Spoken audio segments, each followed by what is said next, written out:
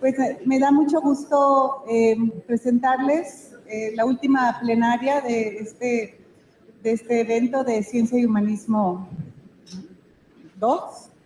Es el doctor Javier Gómez Montt. El doctor Gómez Montt estudió su doctorado en Princeton y su área de especialidad es geometría analítica. Él trabaja en el Centro de Investigación en Matemáticas Aplicadas, el CIMAT, en Guanajuato, y fue uno de los pioneros para establecer el CIMAT, que ahora es un centro internacional muy famoso, y además tuvo la visión de adquirir en su época, me imagino que con dificultades, lo que se conoce como el CIMATEL, que todos los estudiantes lo hemos conocido, porque este CIMATEL es un lugar donde puede hospedar a los jóvenes, sobre todo, y hacer reuniones internacionales y nacionales. Entonces, yo creo que todos los que hemos estudiado física, matemáticas, computación, estadística, hemos pasado por el CIMATEL, pero en realidad ahora el CIMAT es un centro reconocidísimo a nivel internacional y me pregunto si ponen ahí a la gente muy famosa también. También, ok, entonces no sabía eso. Bueno, pues es un placer, nos va a platicar Javier sobre el tema de dónde vienen las matemáticas. Como ustedes han notado en esta sesión, los que estuvieron con nosotros, todos los matemáticos, pues muy distinguidos, también realmente les interesa que entiendan las matemáticas, ¿no? Y Javier no se queda atrás. Bueno, muchas gracias por estar aquí. Quisiera agradecer al doctor Jaime Urrutia, organizador del evento. Se me hace que este tipo de eventos son maravillosos para difundir la ciencia entre nosotros los científicos de las distintas áreas, y también es maravilloso que se graben estas sesiones porque posiblemente muchísima más gente vea en YouTube las conferencias que la que se presentan aquí. Entonces me hace una iniciativa maravillosa ofrecer al público mexicano conferencias de divulgación de alto nivel. También quisiera agradecer al doctor José Antonio de la Peña Mena, que es coordinador de la sección de matemáticas y director de la institución donde trabajo, a la UNAM y a la Universidad de Princeton, que es donde yo he adquirido mi formación matemática. Este año cumplo 45 años de que entré a la universidad, a la Facultad de Ciencias, a estudiar matemáticas. Entonces quiere decir que llevo 45 años en contacto continuo con matemáticos de alto nivel. Entonces pensé que esta conferencia, en vez de comunicar con ustedes los avances de mis investigaciones, y como el evento se llama Ciencia y Humanismo, entonces quise más bien, casi como quien diga, encuerarme aquí enfrente de ustedes y comunicar con ustedes mi experiencia humana como matemático. Y entonces por eso es el título de la plática, que es una conferencia que me ha motivado durante mucho tiempo. Nadie me ha pagado para hacer este tipo de investigaciones, siempre ha sido en mi tiempo de ocio y realmente no es algo que yo he investigado profesionalmente, pero sí quisiera comunicar con ustedes mi experiencia humana. Entonces, miren, de entrada, yo tengo una definición de matemáticas que un poco Adolfo en su ponencia ya la empezó a sacar y creo que también el Rolly en las anteriores, que es que la matemática son esos patrones que hemos descubierto en las cosas y la manera como nos transmitimos ese conocimiento los unos a los otros. Y por patrones, lo que entiendo son fenómenos que se repiten en el tiempo. Entonces, en ese sentido, lo que la gente usualmente entiende por matemáticas es la segunda parte. es el lenguaje. Y entonces, eso para mí es un grave error. Es como confundir que la poesía es el lenguaje en el que está escrita la poesía. Y claro que no. La poesía es el significado que le estamos dando a las palabras, ¿no? O sea, cuando dice uno polvo enamorado, o sea, está uno abriendo un gran panorama. Entonces, en ese sentido, las matemáticas son entonces esos patrones que hemos descubierto en las cosas. Y también uso esta definición porque en cierto sentido mi reflexión ha ido en el sentido de que no exclusivamente la matemática es una actividad humana, sino es una actividad que la venimos heredando desde muy lejos, ¿no? Entonces, la matemática es la construcción más sólida que hemos podido elaborar los humanos y está formada por las únicas verdades que poseemos que no descansan sobre incógnitas más profundas.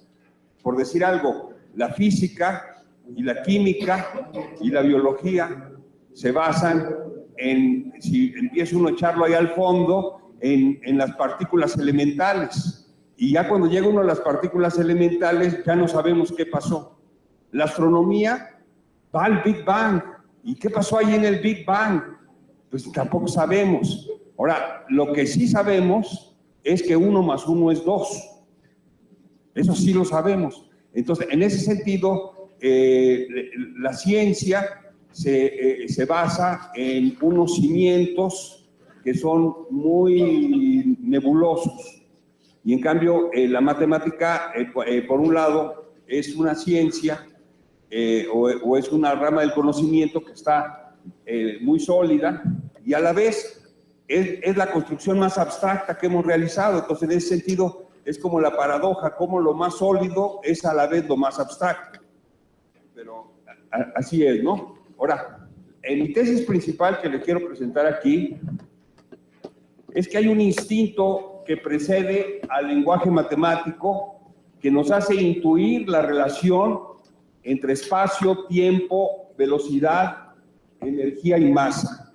O sea, hay una intuición. La matemática, a pesar de que sí es una ciencia deductiva, su método es deductivo, pero a la vez hay una intuición que precede a la deducción. Y entonces esa es la parte sustantiva de la matemática, esa intuición. Entonces, quiero irlos convenciendo de esta idea, por eso es el tema de la conferencia, de dónde vienen las matemáticas. Y entonces, este instinto nos hermana con los animales. O sea, esa idea de que el ser humano es ajeno a la vida animal en el planeta o a la vida en la Tierra, se me hace de lo más absurdo. Entonces yo también quiero que la matemática compartirla con los animales, por eso mi definición tan general. Por supuesto, los animales no tienen el lenguaje para hacer matemáticas, pero sí tienen las intuiciones de espacio, tiempo, velocidad, energía y masa. Y entonces, en ese sentido, siento que esta conferencia viene muy al caso en este coloquio de ciencia y humanismo, porque los quiero convencer de que la matemática es un puente entre natura y cultura. La natura es la intuición esta que tenemos, que venimos construyendo desde hace 4.500 millones de años y que lo tenemos impreso en el cuerpo todos. Entonces, la vida en la Tierra, como ustedes saben y como hemos visto aquí en las conferencias que nos han presentado los biólogos, pues es esta cosa tan maravillosa que Darwin nos ayudó a comprender, a ver el patrón que había ahí detrás. Y yo pienso que la crueldad intrínseca de la vida es la cadena alimenticia. Entonces, en la cadena alimenticia hay que alimentarnos de los otros, hay que ingerir moléculas complicadas. En cierto sentido, uno dice, ¿por qué a mí no me dieron la opción, cuando nací, de poderme estirar allí en el sol, recibir el calor del sol y no tener que matar a nadie para sobrevivir? Pero si piensa uno un poquito, entonces uno estaría haciendo la fotosíntesis. Entonces uno tendría que hacer todo el proceso. Entonces, en ese sentido, es por la cual pensamos que hay esta cuestión trágica de la vida. Uno diría, los vegetarianos pretenden hacer lo que les digo, pero la verdad es que es mejor aceptar la vida como es, porque yo no quiero hacer fotosíntesis. Entonces, a ver qué pasa.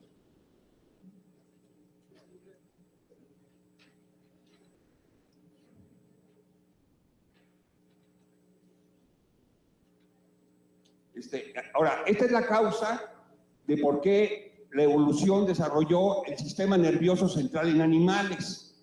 Para ser un buen cazador hay que conocer las habilidades de las presas, diseñar una estrategia y luego ejecutarla. Este mecanismo, como todos sabemos, está profundamente impreso en el cuerpo de muchos seres vivos. Y para hacer esto, utiliza uno la noción de espacio, tiempo, velocidad, energía y masa. Para ser un buen cazador ocupa uno eso. Está inscrito en el DNA, lo aprendemos de nuestras madres o de nuestros padres, pero esa es parte sustantiva del desarrollo humano, ¿no? Entonces, hay una parte de la matemática que es muy anterior a la aritmética que tenemos en común con los otros seres vivos, está impresa en el cuerpo.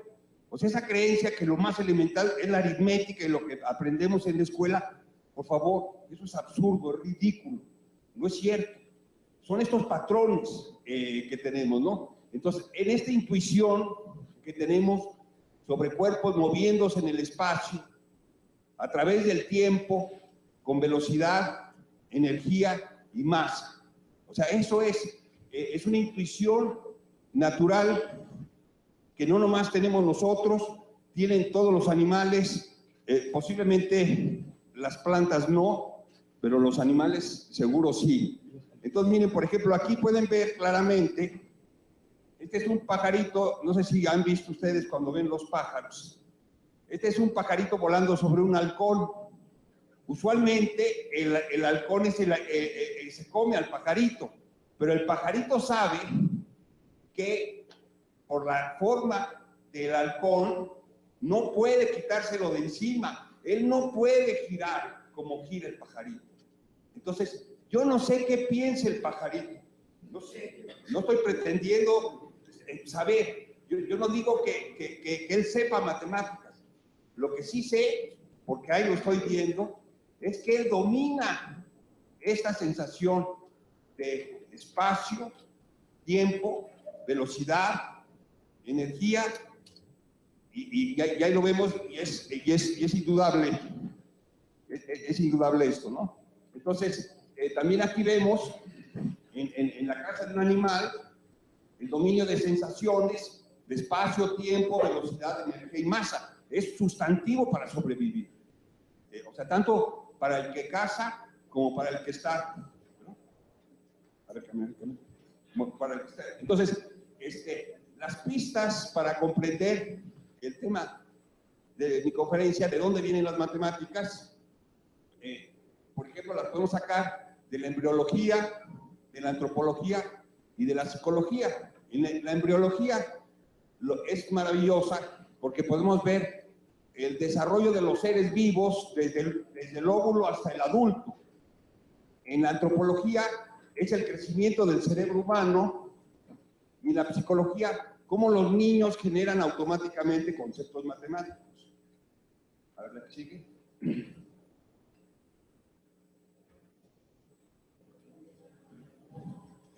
Entonces, en el crecimiento del embrión podemos observar la evolución. Es maravilloso. O sea, esta evolución de 4.500 millones de años. Entonces, por ejemplo, aquí estamos viendo un pescado, una salamandra, una tortuga, y en vertical cómo se está desarrollando. El humano es el último. Entonces, al principio es lo mismo, en el primer cuadro. En el segundo cuadro ya se empieza a diferenciar, y luego en el tercer cuadro, por ejemplo, ahí se ve la tortuga en el tercero, o el humano en el último, ¿no? Entonces, en ese sentido, somos hermanos, somos lo mismo. A ver la que sigue, por favor. Entonces, ahora, esa es la parte del cerebro. Entonces, en la parte esta de la antropología está el récord fósil, que por supuesto Trump no acepta. Pero aquí sí aceptamos la evolución y el récord fósil. Entonces, aquí podemos observar el crecimiento, ahí va creciendo el cerebro de los humanos en el récord fósil, y entonces sí hemos tenido un crecimiento significativo del cerebro, y entonces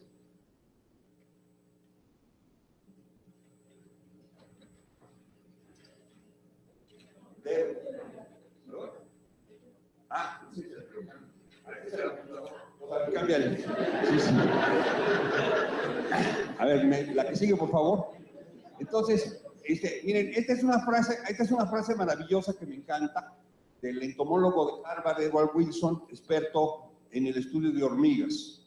Dice, el driving force, que se me hace una palabra fuertísima, porque en ciencia es difícil encontrar el driving force de la cosa, ¿no? Entonces él dice, el driving force del crecimiento del cerebro humano en los últimos 5 millones de años, que se me hace un problema verdaderamente importante, dice, ha sido de la necesidad de leer la mente del otro.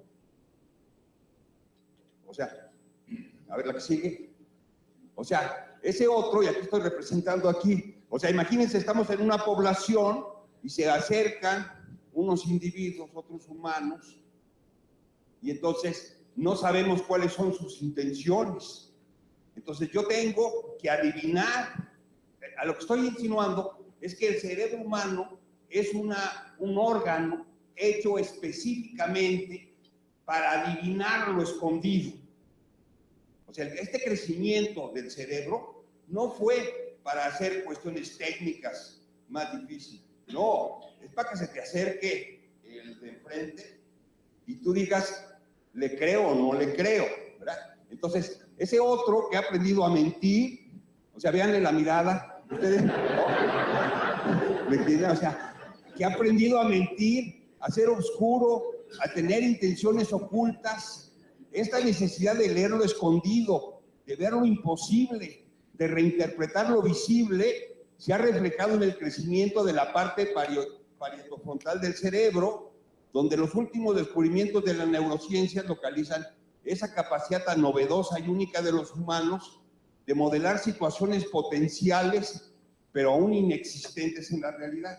O sea, a pesar de que tenemos en común con los animales toda esta historia biológica y esta cuestión de la supervivencia, a la vez nos hemos distinguido de ellos en estos últimos 5 millones de años porque nos creció el cerebro, pero no nos creció el cerebro cualquier parte, sino nos creció la parte del cerebro que está hecho para adivinar lo que no vemos. Por eso, o sea, yo cuando leí esto, me entendí a mí mismo, fue para mí como, ¿no? Porque me comprendí yo a mí mismo. A ver la que sigue, por favor. La que sigue. Entonces, por ejemplo, este tipo de cosas son muy conocidas. En Palenque, Chiapas, en el patio de los embajadores, enfrente donde se ponía Pacal a recibir a los embajadores, hay una inscripción, y la inscripción le recuerda, los mensajeros siempre mienten. Entonces uno está recibiendo a los mensajeros y no les vas a creer lo que te dice. Tú tienes que interpretar lo que no te dice. Entonces, en ese sentido, nuestro cerebro está específicamente hecho, a diferencia de los otros animales, de los primates superiores, por esta capacidad diferente. Entonces, aquí tenemos al máximo exponente de esa capacidad. Y ahí tenemos su cerebro que donó a la ciencia, y justamente puede uno ver, los neurólogos han checado que efectivamente en la parte paretofrontal del cerebro de Einstein está muy desarrollada y muy diferente del resto de los humanos. Y hay el siguiente dicho de él, que un poco certifica lo que les estoy diciendo y mi punto. Dice, la mente intuitiva es un regalo sagrado. O sea, ¿de dónde viene la intuición? Es un regalo sagrado. Dice, y la mente racional la siguiente. O sea, estamos hablando de una cuestión inexplicable. La intuición nos llega de un lado así inexplicable. Lo otro, comparado con la intuición, es insignificante. A ver la que sigue. Luego, también Piaget hace un análisis en el desarrollo de las habilidades matemáticas en los niños. El infante, antes de los 2 años, se vuelve gradualmente capaz de organizar actividades en relación con el ambiente a través de actividades sensoriales y motora, que es lo que les decía que tenemos en común con los animales. Pues esa cuestión de que yo tengo un cuerpo que se mueve en el espacio, que tiene una velocidad, que tiene una masa y lleva una energía. Los niños de 0 a 2 años lo ven. Luego, de 2 a 7 años, el niño desarrolla un sistema de representación y usa símbolos para representar personas, lugares y eventos. El lenguaje y el juego imaginativo son manifestaciones importantes de esta etapa. El pensamiento todavía no es lógico. O sea, aquí la lógica no ha entrado. En la siguiente etapa de crecimiento, de 7 a 11 años, el niño puede resolver problemas de manera lógica si se concentra en aquí y ahora, pero no puede pensar de manera abstracta. Y ya a partir de los 11 años, hasta toda su vida, la persona puede pensar de manera abstracta, manejar situaciones hipotéticas y pensar en posibilidades. Entonces, en ese sentido, este es uno puede ir viendo de dónde viene la matemática. A ver, viene el que sigue. Ahora, para también hablar un poco ya en específico de matemáticas, porque también siento, aunque todo el mundo está familiarizado con las matemáticas, yo siento que la mayoría de la gente tiene una impresión equivocada del proceso creativo de los matemáticos cuando hacen matemáticas. Una cosa es aprender a usar las matemáticas, muchas veces mecánicamente, y otra cosa es cuando un tipo se enfrenta a una situación nueva y tiene él que producir la matemática. Entonces, ¿de dónde, en qué parte de su cuerpo, de su ser, es que empieza a gestar estas intuiciones? Entonces, para hacer este desarrollo, escogí un tema que es la cuestión de la curvatura. Primero quiero ir llegando a que concuerden conmigo que los animales tienen una idea muy clara de lo que es la curvatura. Y luego ir viendo cómo la curvatura, que es de naturaleza instintiva, va a irse desarrollando hasta contribuir a grandes aportaciones a la cultura humana. Entonces, lo que digo de tomar una curva, todo el mundo hemos sentido cuando vamos en el automóvil y entramos a una curva cerrada, que nos empujan afuera de la curva. ¿Sí lo han sentido? ¿Verdad? O sea, nos empujan fuera de la curva. Ahí se está viendo yo con la curva y siento como un empujón. Eso un animal también, por ejemplo, lo ve uno cuando están uno corriendo, huyendo del otro, que de repente le da la vuelta y si el otro tiene más masa, no puede dar la misma vuelta que uno. Entonces ahí hay una noción instintiva de la curvatura. A ver la que sigue, por favor. Entonces, miren, quiero ir de esta cuestión que compartimos con los animales y quiero hacer el paso de natura a cultura a través de este fenómeno. Entonces, vamos a pasar a través de los griegos, de curvas, líneas, superficies, vamos a llegar aquí a la teoría de relatividad de Einstein, que es incorporar la curvatura, y luego a este otro desarrollo, que ahorita van a ver, se los dejo en suspenso. La que sigue, por favor. Entonces, miren, Pitágoras y el teorema sobre los triángulos, ¿no? La suma de los cuadrados de los catetos es igual al cuadrado de la hipotenusa. Ese teorema es el teorema más importante que hay en las matemáticas. Es el sustento de las matemáticas. En este mismo habitación, todos los ángulos están a 90 grados y el albañil que lo construye usa el teorema de Pitágoras para calcular, porque hacen su triángulo de 3, 4 y 5. Entonces, en matemáticas modernas, el teorema de Pitágoras es la definición de la geometría analítica, de la geometría euclidiana. O sea, esto es la definición. Todo lo demás se deduce. Una vez que establece uno esta definición, lo demás es deducción. La que sigue, por favor. Entonces, Euclides con sus elementos. La que sigue, por favor. Entonces, los griegos crean el método deductivo con el cual se demuestran afirmaciones basadas en axiomas, con deducciones lógicas, sacan conclusiones y demuestran teoremas. El método deductivo le da certeza absoluta a la matemática. Pero, por ejemplo, el axioma del teorema de Pitágoras, ese es un axioma. O sea, se pone el axioma y ya luego hago la deducción. Pero ¿quién es el que me dice cuál es el axioma? Ahí es donde viene la intuición. La que sigue, por favor.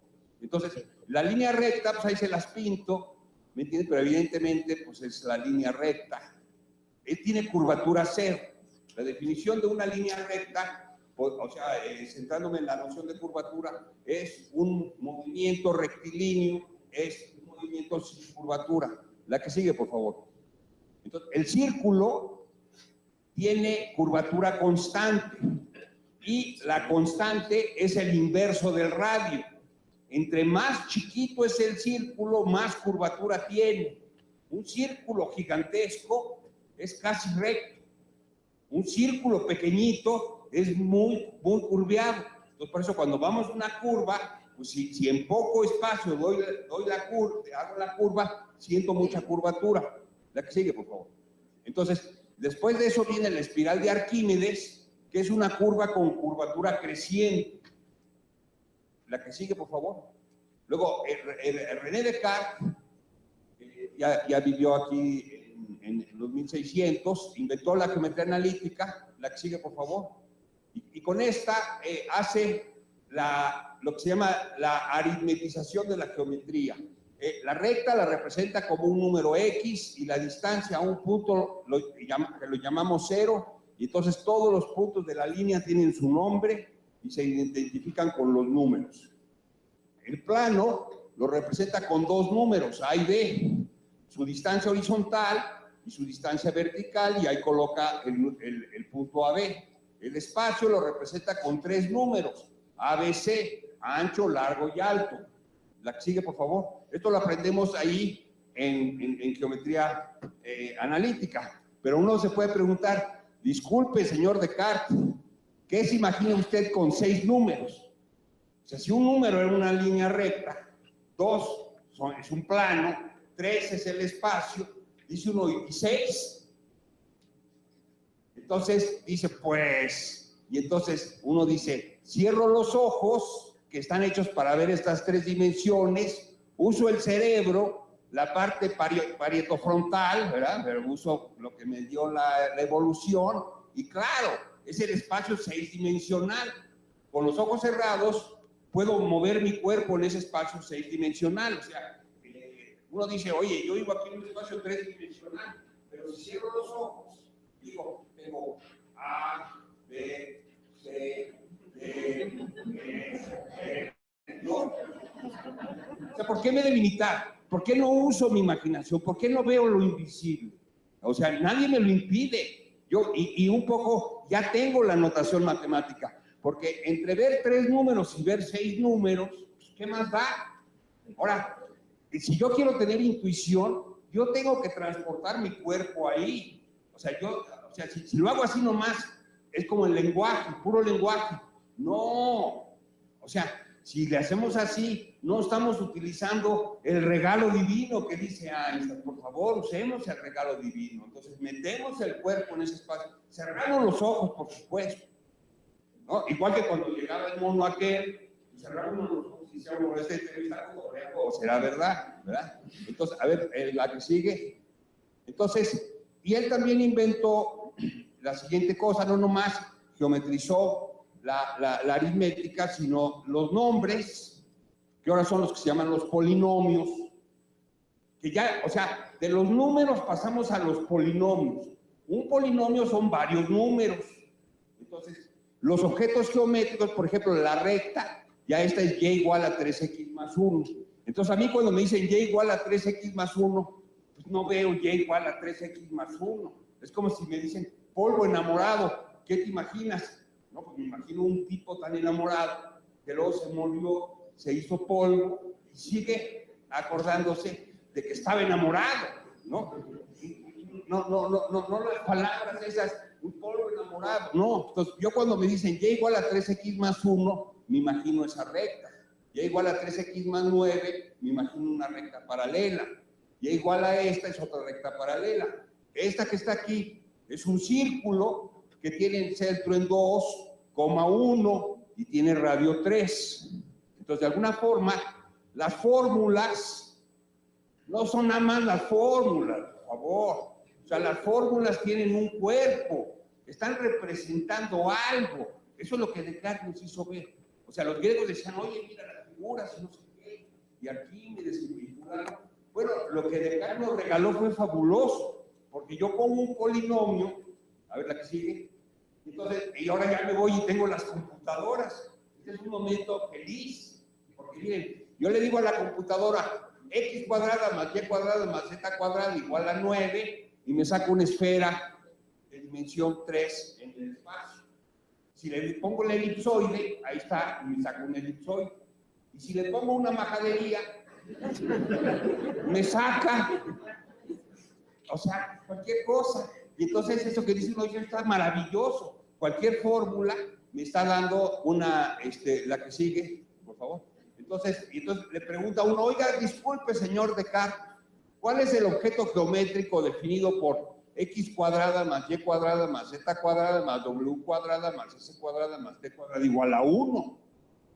Entonces dices, mira, pues es un objeto que tiene, cierro los ojos, por supuesto, esto en ese espacio 6-dimensional, porque tengo 6 variables, con los ojos cerrados puedo ahí mover mi cuerpo, y en ese nuevo espacio 6-dimensional lo que veo es una esfera de dimensión 5.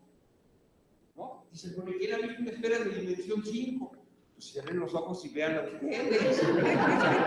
Usen la herramienta que les dio la evolución, o sea, hay que aprovecharse. Las computadoras no tienen esta cuestión intuitiva. Las computadoras son muy brutas, o sea, son esclavas lógicas, pero no tienen este poder de imaginación. La que sigue, por favor.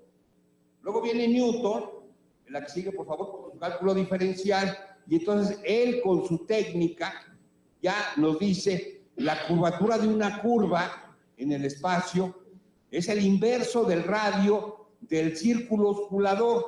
¿Se acuerdan que antes la curvatura de un círculo era el inverso del radio del círculo? Ahora lo que hago es que en este punto veo cuál es el círculo que más se le parece a la curva en el punto, calculo el radio y el inverso del radio. O sea, Newton nos dio la herramienta para poder calcular las curvas, la curvatura de curvas, pero no nomás de los círculos, sino de casi cualquier cosa. La que sigue, por favor. Entonces, luego la primera ley de Newton nos dice lo siguiente, dice, todo cuerpo persevera en su estado de reposo o movimiento uniforme y rectilíneo, a no ser que sea obligado a cambiar su estado por fuerzas impresas sobre él. Y entonces aquí ya viene la cuestión que empieza uno a relacionar curvatura con fuerza. Y él mismo se dio cuenta, dice, la curvatura en la trayectoria de un cuerpo se debe a que el cuerpo aplica una fuerza o el medio ambiente le aplica una fuerza al cuerpo. Entonces, por eso él cuando veía que el Sol, al dar la vuelta, la Tierra al dar la vuelta alrededor del Sol, es una elipse, dice, ha de haber una fuerza. La que sigue, por favor. Entonces, y ahí él puso su ley de la gravedad. Entonces dice, hay una fuerza, y entonces, como todos sabemos, es proporcional al producto de las masas e inversamente proporcional al cuadrado de las distancias. Esa es la fuerza de la ley universal de Newton. La que sigue, por favor. Entonces, ahora uno le puede preguntar, oiga, señor Newton, nadie nunca ha visto esa tal fuerza de la gravedad, ¿no?, que usted acaba de inventar. ¿Qué pruebas tiene usted de que de verdad existe esa fuerza de la gravedad? Entonces Newton, y él lo escribe, yo lo he leído de Newton, la siguiente, dice, efectivamente, nadie nunca la ha visto y es ilógico pensar que dos cuerpos se atraigan sin haber un lazo material que los una. Yo lo he leído de Newton. Newton dice eso, es ilógico. Pero, sin embargo, si aplico mi primera ley y la ley de la gravedad y hago unos cálculos matemáticos ingeniosos pero sencillos, que le llevó a él 20 años a hacer, que fue cuando se decidió publicar su principio de matemática, dice, obtengo como conclusión necesaria que la Tierra se mueve alrededor del Sol en forma de elipse, que es información experimentalmente comprobada por los astrónomos Kepler y Galileo, pero que no está intelectualmente justificado. O sea, una cosa es que yo vaya y haga cheque y vea, ay, mira aquí, observacional, mira, sí, maestro, pero ¿por qué? ¿Quién sabe por qué? ¿No? Entonces, a los humanos nos encanta entender por qué. Entonces él dice, pero si yo invento mi ley de la primera y segunda ley de Newton, y luego le digo, esta es la ley de la gravedad, y le muestro, dice, maestro, yo soy un fregón aquí, por favor, denme un superpuesto, ¿no? Y aquí, digo, por eso él decía, soy un genio.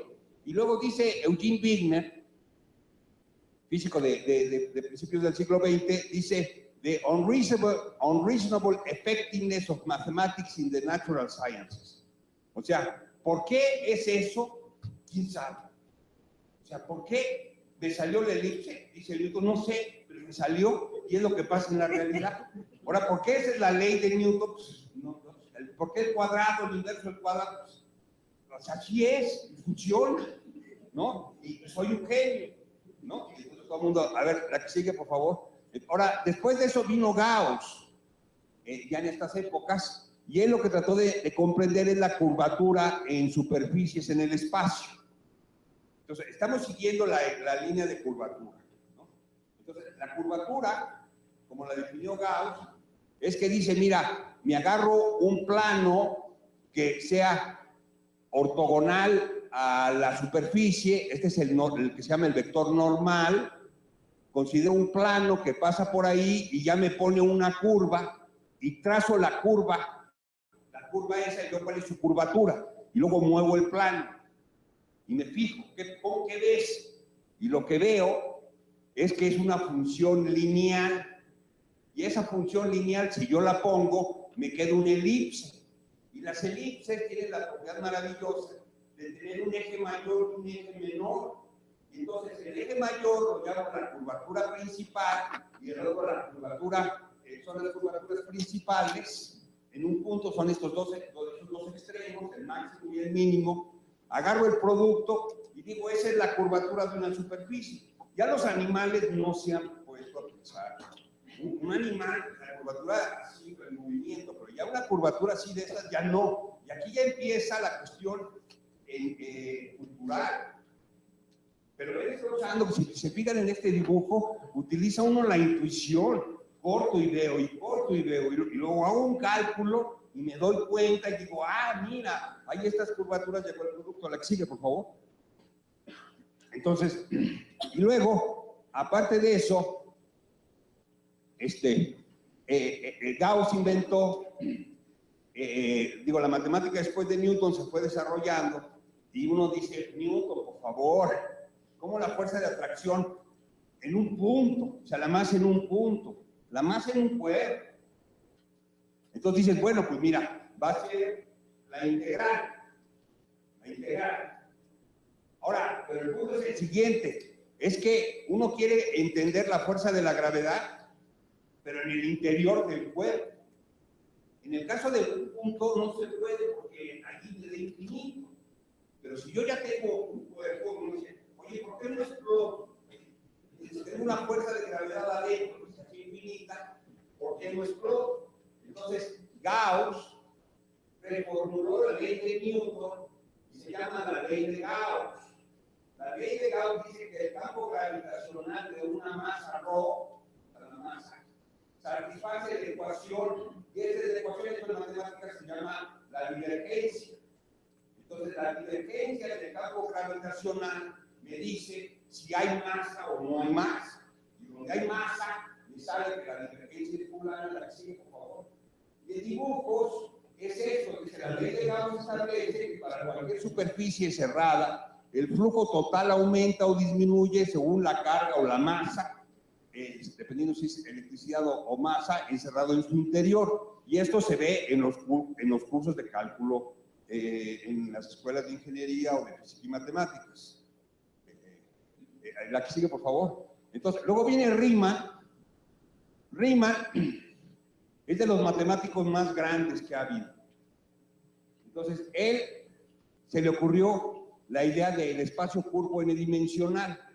Entonces, resulta que cuando lo admitieron a la Universidad de Gotinga, Gauss era el profesor ahí, le habían dado un puesto, y cuando entraba un nuevo profesor, tenía que darle una conferencia magistral a todos los profesores de toda la universidad, y él proponía 3 temas, y el matemático principal de la universidad escogía cuál de los 3 temas. Y uno de los temas que escogió son los fundamentos en los que se basa la geometría. Y eso Gauss dijo, entonces, el Riemann, y el texto se puede encontrar ahí en internet fácilmente, se tuvo que dirigir a toda la facultad y inventó en esta conferencia lo que se llama la geometría riemanniana, que es una generalización de la geometría euclidiana. Pero no nomás eso, sino que le dio al punto de lo que se llama la curvatura de Riemann, que hoy en día es la que sigue existiendo. O sea, no nomás hacia el primer golpe inventó una generalización impresionante de la geometría euclidiana, sino que se dio cuenta que el concepto fundamental era el de la curvatura, generalizando la curvatura de Gauss, que les acabo de explicar, ¿no? Entonces, no tenemos memoria ancestral sobre los espacios n-dimensionales, pues últimamente no han sido útiles. Así que es una proeza inmensa de Riemann haber ideado la geometría riemanniana multidimensional y haber acertado en su definición de curvatura. La que sigue, por favor. Entonces, aquí no puedo entrar, por supuesto, en ningún detalle, y lo pueden checar en internet, pero miren, si esta es la métrica riemanniana, la expresión en lenguaje matemático de la curvatura es este simbolito que tiene 4 índices, y hay que sacarle unas segundas derivadas, hacer unas sumas de la métrica, pero el punto es que le dio al clavo. Y entonces un poco, ¿cuál es el significado geométrico de esto? ¿De dónde sacó Riemann esta fórmula? ¿No? Entonces, la cultura nos guía, pero la natura nos ayuda a sentir e interpretarlo geométricamente. O sea, es para nosotros un reto, este genio. ¿No? ¿Quién sabe cómo lo hizo? Saca la fórmula y le dio al clavo. A ver, la que sigue, por favor. Entonces, ahora, las leyes del electromagnetismo de Maxwell. Entonces, si se fijan, esta es la ley de Gauss aplicada al campo eléctrico. Ahí está la carga, ley de Gauss. Este que está aquí es la ley de Gauss aplicado al magnetismo. Todo el mundo ha oído hablar del electrón, pero nadie ha oído hablar del magnetrón. ¿Por qué no? Pues porque esta fórmula me dice que eso es 0. Entonces, la electricidad, o sea, la suerte, también a veces digo que uno pensaría que fue falta de imaginación del creador haber hecho que la gravedad y la electricidad tuvieran la misma fórmula. Dices, ay, por favor, sitio lindo, se te ocurrió otra cosa, ¿no? Pero no se le ocurrió, es la misma, pero para nosotros los humanos fue un regalo, porque inmediatamente, ya que me doy cuenta que la ley de Coulomb es la ley de Newton, pues ya todo lo que había hecho Gauss lo aplico directamente a la electricidad, pero la electricidad tiene su dual, su gemelo, que es el magnetismo, y luego escribieron, esta es la ley de Faraday, que ya se conocía, y esta que es la ley de Ampère, Maxwell, le faltaba un término Ampère, y Maxwell, a pura estética y a puro feeling, digo, ¿sabes qué? Falta un término, no está bien, no está completa, ponle esto. Y lo escribió. Desde que lo escribió, nadie ha podido mejorar esta fórmula. Esta es la fórmula. Feynman dice en su libro de física que el siglo XIX no va a ser recordado por la guerra de los 50 años, no sé qué guerra hay, va a ser recordado porque Maxwell descubrió estas fórmulas. Entonces, es un gran descubrimiento. Ahora, esta fórmula tiene una cosa maravillosa, porque fíjense, me está diciendo que cómo cambia el magnetismo depende de la electricidad, y cómo cambia la electricidad depende del magnetismo. Entonces se están haciendo, hay una ecuación de onda ahí. Maxwell vio estas ecuaciones y dice, una ecuación de onda, ahí está la cultura entrando, o sea, la cultura ahí entrando, una ecuación de onda, y entonces inmediatamente, igual que Riemann, dice, voy a calcular cuál es la velocidad de propagación de esas ondas que nadie nunca ha visto. Y cuando hace el cálculo, le sale la velocidad de la luz. Y él dice, yo también lo he leído ahí de su libro, que dice, no, así como Cricky Watson, dice, no me ha pasado desapercibido darme cuenta que la velocidad de estas ondas de propagación es la misma que la velocidad de la luz. Entonces, de hecho, es la luz. La que sigue, por favor. Entonces, luego viene Einstein, entonces con su teoría esta de la relatividad, que un poco, él lo que hizo es darse cuenta, a ver, la que sigue, ahí viene más claro. Entonces, miren, Euclides y Pitágoras desde el siglo V nos dijeron, el espacio R3 está formado por puntos, la métrica es euclidiana y el teorema de Pitágoras es la ley.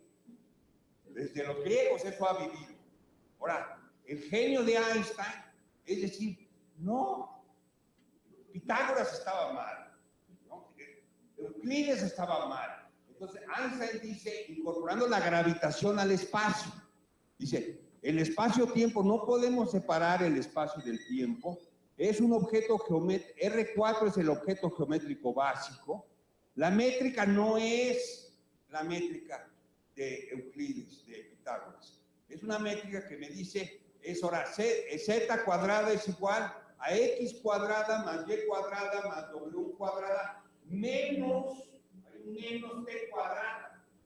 La métrica es la de Lorentz, porque ahí lo que pasaba es que según Newton, si yo voy en un cuerpo y según los animales, si yo voy en un cuerpo y aquí en una piedra, la velocidad de salida de la piedra es la velocidad del cuerpo con más la velocidad, la suma vectorial de la velocidad del otro. Pero los astrónomos habían checado que yo no puedo medir cuál es la velocidad de la estrella que está emitiendo tal rayo de luz que estoy recibiendo.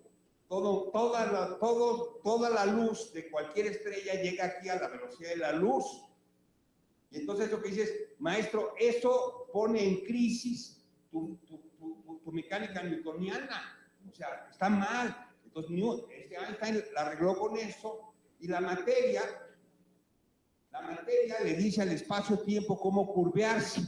O sea, la gravedad, que antes había Newton inventado esta cosa, ahora Einstein le dice, no, maestro, ahora la materia curvea el espacio. Y lo que pasa es que el espacio está curvo. Allí en la intuición la está metiendo Einstein en la cultura. Ahora uno puede decir, ¿y por qué la materia curvea el espacio? Es lo que les digo, siempre vamos ahí en la incógnita, cada vez está más lejos, pero nos sentimos como humanos, somos unos fregones, ya entendí, ¿me entiendes? O sea, no, la ley de la gravedad, los objetos se caen porque el espacio está curvo, ¿no?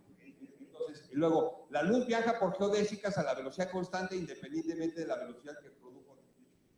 La que sigue, por favor. Entonces, ahora viene otra idea genial. Henri Poincaré se dio cuenta que estas variedades de dimensión n, compactas y orientables, tenían, entonces, imagínense la cuestión esta, dice uno, Imagínate un objeto de dimensión n,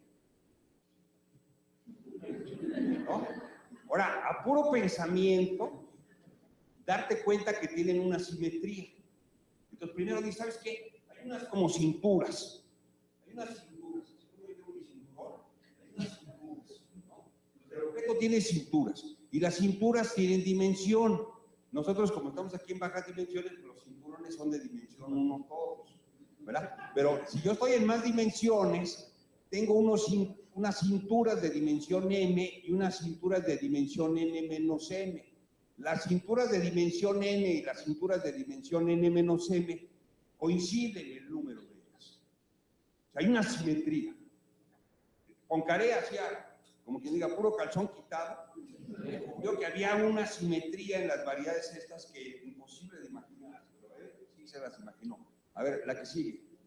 Y entonces viene así, ahora así como el culmine de la historia, que es la teoría de cuerdas de Witten, que ahora nos afirma, Witten nos quiere convencer que ahora los puntos de Einstein en el espacio-tiempo realmente no son puntos, sino son unas variedades complejas de dimensión 3 que tienen dimensión 6, y por eso era el dibujito este que les dije yo aquí al principio, que se encuentran enrolladas en distancias semejantes a las de Planck. O sea, no nomás vivimos en un espacio-tiempo de dimensión 4, con el rollo este de la métrica de Lorentz y el problema de la gravedad con la curvatura, sino que aparte, en lo infinitesimalmente, hay unas dimensiones que no podemos ver porque no tenemos sensores para verlo. No tenemos esos sensores. Y él nos quiere convencer que pasa esto, y estas formas de las variedades de Calabi-Yau contienen unos agujeros en forma de rosquillas que desempeñan un papel importantísimo en el estado oscilatorio de la energía mínima de las partículas elementales, que según él son cuerdas, y luego con esto se comprenderán los estados de vibración de los estados de energía llamados cuerdas, y resolver las siguientes preguntas. ¿Por qué existen en la naturaleza 3 familias distintas de partículas elementales que Adolfo nos acaba de mencionar? Los bosones, los fermiones.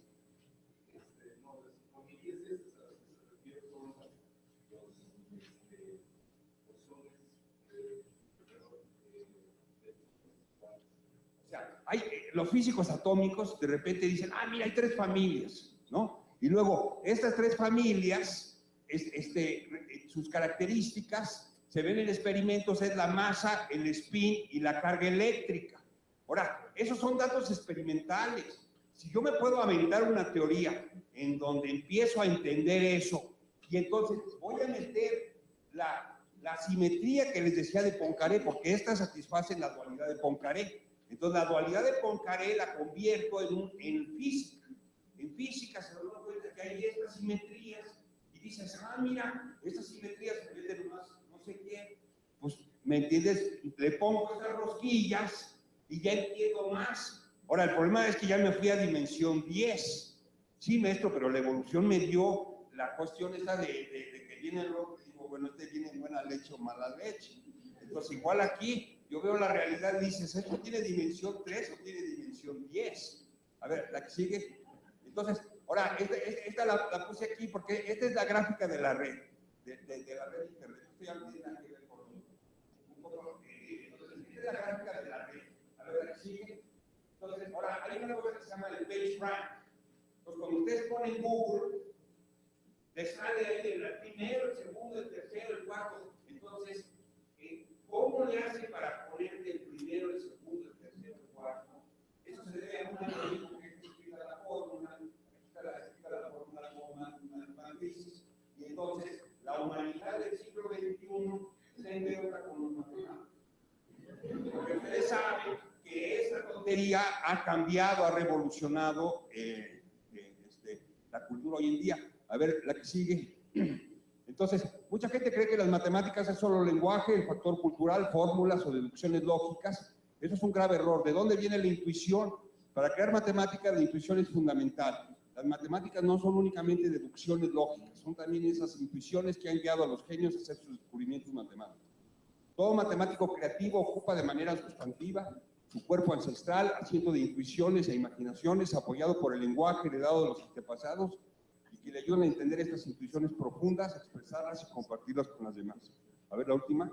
Entonces, el objetivo de la ponencia es convencerlos que tenemos en las matemáticas impresas en el cuerpo, invitarlos a utilizar este conocimiento que tenemos en nuestro interior para poder desarrollar su matemática. Cuando uno se plantea un problema matemático, necesita uno usar la imaginación y el cuerpo para poder diseñar estrategias para resolver los problemas. Desde que nacemos tenemos un acervo muy importante en estas intuiciones. Los invito a reconocer sus capacidades matemáticas interiores y que las utilicen para resolver problemas, que no crean nada más que las matemáticas son fórmulas, sino que son fórmulas que representan intuiciones básicas. A ver, la última. Entonces, también quisiera agradecer a las personas que me han convencido de la relación de la matemática con el cerebro y con el cuerpo: mi hermano Francisco Gómez Montt, director del Centro de Neurohumanidades, y mi esposa Lola Lince, directora de la Compañía de Danza Experimental. La última. Muchas gracias por su atención.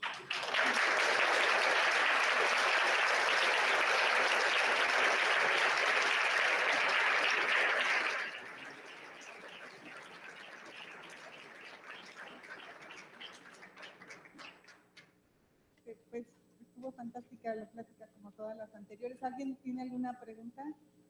¿O están convencidos? Quieren ir al brindis. ¿Ven? Les leo. Bueno, yo nada más creo que sí, que tenemos una deuda con los matemáticos. Mi esposo es matemático. Esa es la gratuita. Pero en realidad, pues lo que creo que vimos en estas últimas ponencias y en esta final es la pasión que tienen nuestros colegas matemáticos por el quehacer científico que hacen, ¿no? Y esto es igual para cada una de las disciplinas que se llevaron a cabo en este evento. Pero bueno, las matemáticas son como más ajenas, todos las ven en primaria como difíciles y en realidad son preciosas. Un matemático le dice más veces a un pizarrón qué bello que a su esposa. Entonces porque es cierto, porque es verdad, porque las matemáticas... Ahora yo creo que hay una teoría que dice que las matemáticas no son completas, o sea, no todo es autoconsistente, pero eso ya es una discusión. Pues, sí, adicional. A ver, viene una pregunta aquí. Pero bueno, yo voy a dejar aquí en manos de... Bueno, muchas gracias por tu súper entusiasta plática. Yo definitivamente dejo la física y me convierto en matemática. Pero casi todo fue física, ¿no? Porque se fijan los que... excepto Riemann y Gauss, los demás fueron físicos. En ese sentido, la física y la matemática... Sí. Bueno, pero está siempre estos colegas que dicen que Newton y Einstein eran matemáticos. Entonces, sí, podemos todos poner el mismo cajón. Estos conceptos que tú manejas, ¿sí? Al final siempre llevan a una última pregunta, ¿sí? Y la manera que lo expresaste, digamos, está siempre en ese contexto. El animal que persigue al otro animal y que está consciente de la curvatura y todo eso, no sabe matemáticas. Y no hay chance que sepa matemáticas. No, perdón, ¿sí? Entonces, las matemáticas son la manera en que nosotros nos representamos a la naturaleza y nos funciona, ¿no? O sea, todas estas fregonerías que tú viste de todo el mundo, ¿sí? Están relacionadas con esa manera en que jugando con la manera en que está estructurado nuestro cerebro, somos capaces de predecir, porque eso es realmente de lo que se trata, ¿no? O sea, lo que tú querías decir es que nosotros podemos tener esa capacidad predictiva. Pero las matemáticas, ¿sí? ¿Son una realidad o son solo una manera nuestra? O sea, tú te referiste, o sea, esta es una cosa que no lo quiero poner en esos términos, pero tú lo mencionaste primero, ¿no? La naturaleza, ¿sí? No, es que la naturaleza, si tú sustraes, el ser humano es un ente pasajero bueno, sí, se nos contó lo del chuchul, que ya casi no lo hacemos, ¿no? Pero somos un ente pasajero, por lo tanto las matemáticas son igualmente pasajeras, ¿sí? Lo único que pareciera, ¿sí? Es que la naturaleza sabe matemáticas, ¿no? Uno se imagina que cualquier otro ser pensante en cualquier otro lado, ¿no? Va a llegar a la conclusión de que 1 más 1 son 2 y a partir de ahí va a empezar a hablar de Riemann y bueno, no se va a llamar Riemann, pero espacios multidimensionales y cuerdas y todo. Pero toda esa es realmente está ahí o es la manera en la que nosotros lo interpretamos. Yo sé que no es una pregunta que sea soluble, no, pero ¿tú qué crees? Mira, yo creo que un poco sí le enfrento y sí, que es esta cuestión de natura y de cultura.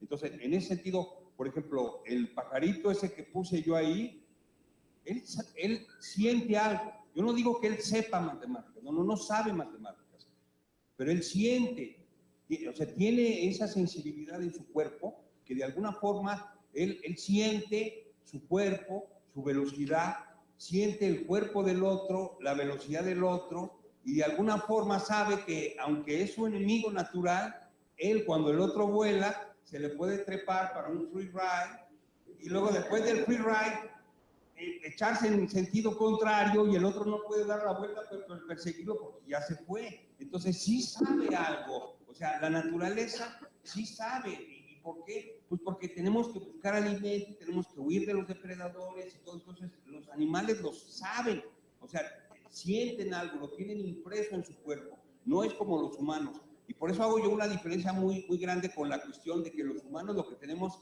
es esa manera de que yo ya vi un patrón. Mi definición de matemáticas son esos patrones que hemos podido encontrar en la naturaleza.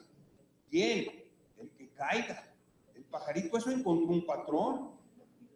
Ahora, él no lo expresa en el lenguaje. Igual que a mi perro, yo no puedo esperar que él entienda mi lenguaje. Entonces, pero sin embargo, él siente cosas, él tiene su sensibilidad. Entonces, un poco eso de creernos que somos diferentes, un poco en la imagen esa de la embriología, pues eso es absurdo. O sea, lo que tenemos es que la naturaleza nos dio esta desconfianza en el otro, y dices, bueno, este me quiere o me odia, ¿no? Lo que dice será cierto o es mentira, ¿no? Entonces tenemos una máquina aquí en la cabeza que es muy desconfiada y de inmediatamente, a ver, y entonces ve uno a los ojos y dice, no, sí, este sí es honesto, el otro dice, no, este no le tengo confianza. Entonces, en ese sentido, yo siento que en ese sentido, la expresión cultural de las matemáticas sí es una cosa completamente humana y ha sido la aportación estas últimas que yo he hablado. Pero la cuestión esta innata que tenemos en común con los animales, que nos hermana con ellos, pues si llega otro meteorito aquí, hay Chicxulub 2 y nosotros desaparecemos, pues el ratoncito que esté ahí, que ahora va a ocupar nuestro lugar, sigue teniendo estos patrones, él sigue viendo los patrones. Ahora, claro, no es la matemática como nosotros la hemos inventado, porque yo esa matemática la inventé porque Riemann dice, mira, la curvatura, ¿y qué? Y entonces, ¿cómo me expreso? Y entonces, la fórmula es horrible, ¿no? Dice esto, y luego vienen siglos de gente que dice, oye, mira, a ver cómo escribió Riemann, ¿y qué quiere decir? Y Einstein, pues él entendía Riemann y entendía Maxwell, por eso lo saqué. O sea, Einstein escribió su teoría de la relatividad, según también lo leí yo de Einstein, que decía que porque en la universidad ahí en Berlín estaban enseñando puras cosas aburridas. Él prefería leer el libro de Maxwell, que eso estaba más interesante. Y es cuando se da cuenta de que qué es lo que pasa, y luego Cartán y Riemann y no sé qué. Entonces un poco, o sea, es cultural. Cosa de natura y cultura, y por eso se me hizo que este era un tema interesante para presentarles en esta reunión. Muchas gracias. Ya vamos al brindis.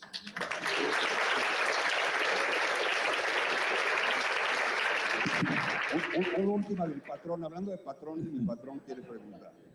No, agradecerle en primer lugar a Javier por su entretenida, emocionante plática. Gracias. Y un comentario. ¿Cómo? Un aumento de sueldo. Parece, no, un comentario. Sí, al contrario. Sí, de eso lo hablamos. Esta cuestión de lo que decías de la parte natural del ser humano. Barajas, Alberto Barajas, que era otro matemático también que ponía muchísima emoción en sus pláticas, decía, él lo decía así de manera más o menos, que cuando hemos visto a un niño de 2 años correr y estrellarse contra la pared, ¿cuándo han visto? Nunca. Bueno, tropieza, bueno, pero a propósito, no a propósito, sino porque no calculó, realmente no, porque intuitivamente sabe hacer el cálculo dónde tiene que frenar, ¿sí? Y se plantea lo mismo con los animales, ¿verdad? Otra observación en ese sentido es que se ha demostrado que los patos, luego cuéntanos con 3, sí, porque los improntan. Impronta quiere decir que siguen al primer objeto que ven cuando nacen, cuando rompen el cascarón. Y por ejemplo, los improntan con 2 botellas. Digamos, naturalmente van a seguir al primer objeto que ven, para que sigan a la madre, que es la primera que normalmente van a ver. Entonces los investigadores, que son medio perversos, los experimentales sobre todo, los improntan con 2 botellas, por ejemplo, y ahí va el patito siguiendo a las botellas, ¿verdad?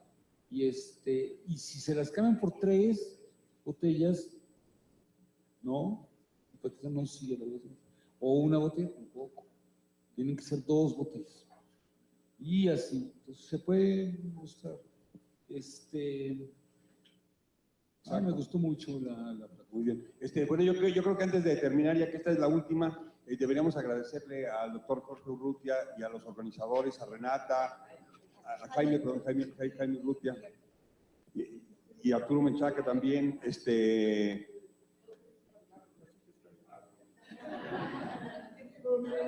Ya nada más quiero que le demos las gracias la última vez aquí a Javier Guzmán. Los dejo con el presidente de la academia, el doctor Jaime Urrutia, y quisiera pedirle también al doctor Arturo Menchaca que pase aquí porque ellos merecen los honores de este evento Ciencia y Humanismo que estuvo fantástico.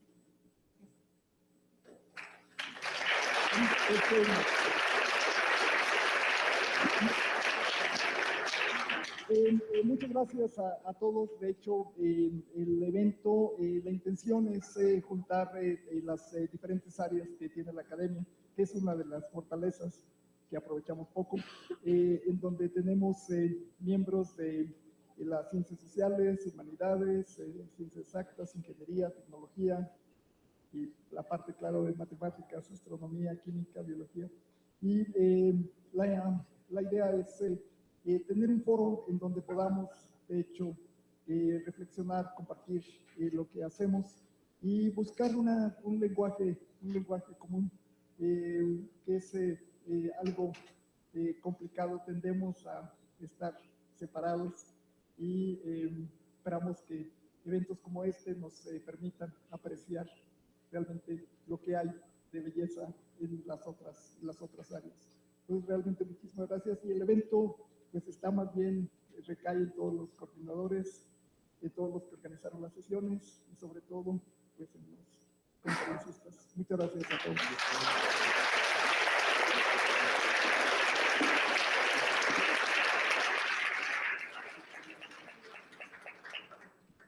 Bueno, lo bueno de hablar después de alguien así de inteligente como nuestro presidente es que a mí, digamos, me toca agradecer lo que se vio desde las trincheras. Bueno, yo agradezco al doctor Urrutia que haya retomado, así empecé el primer día, ¿no? Y realmente yo creo que el haber retomado la idea es algo que yo estoy convencido que es bueno para la academia, que los académicos se junten entre ellos, que discutan interdisciplinariamente en presencia de estudiantes. Yo creo que eso es realmente lo mejor que le puede pasar, es una aportación de la comunidad.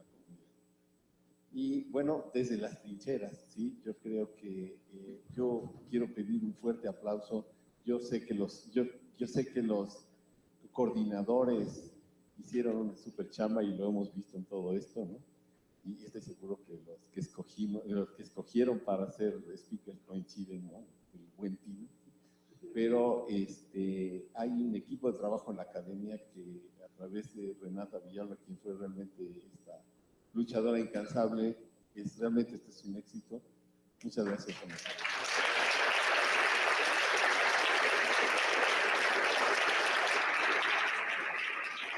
A través tuyo a todo tu equipo, sí, porque no nos puedo mencionar a todos. Gracias. Muchas gracias a todos y los invitamos a seguir platicando un rato más aquí en la academia y esperamos vernos muy seguido aquí en nuestras instalaciones. Muchas gracias.